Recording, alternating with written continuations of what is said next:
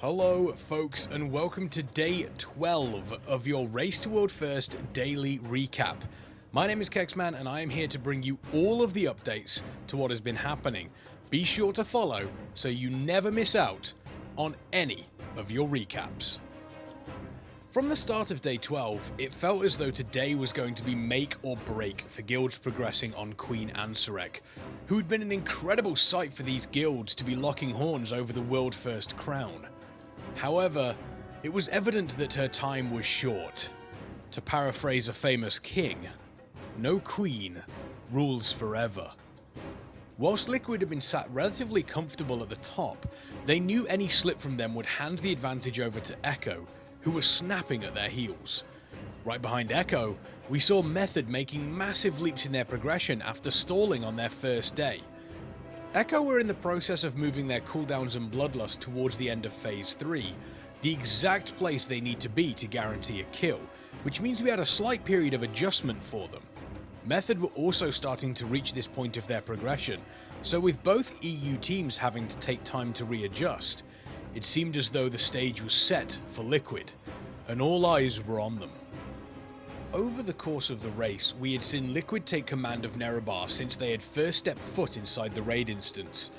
Outside of the two bosses that had fallen to melee mechanics, they had claimed every single world first since then, with Sikran, Rashanan, Brood Twister Overnax, Nexus Princess Kaiveza, and the Silken Court all falling before the North American juggernaut. They weren't about to let this slip, and they went into their raid day full of confidence, knowing that their performance over the previous days had put them into this position.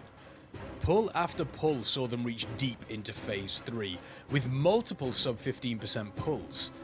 The new best pulls were coming in every so often, with each of these attempts looking more and more likely that today was the day. The end of Phase 3 was still causing heartbreak though, with its incredibly difficult crossover of abilities. Having to deal with 12 of the Acolyte Essences, the Cutter Beam, a large damage cast from the Queen, as well as portal debuffs and regular debuffs, created an intense sense of chaos at this end point of the fight. Best attempts of 10% turned into 3% that turned into sub 2% pulls. With the death of a queen so imminent, Max put out the call. No rest until Ansurek falls. The pull count climbed higher and higher as we went over the 400 mark and their usual raid stop time passed. But the energy never faded from the raiders. We spoke of their consistency and skill level being at such a high degree over the race. But would this gambit pay off for them with such a difficult final part of the fight left? And then, finally. There it is! Wait! World first!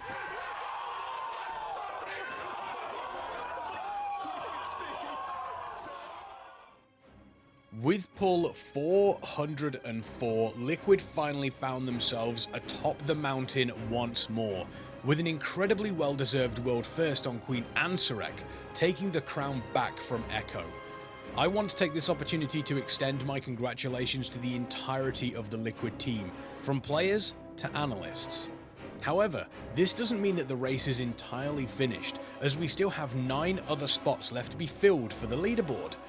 Speaking of, let's take a current look at the leaderboard from our friends at Raider.io. Be sure to head over to raider.io/RWS for a live look at the race.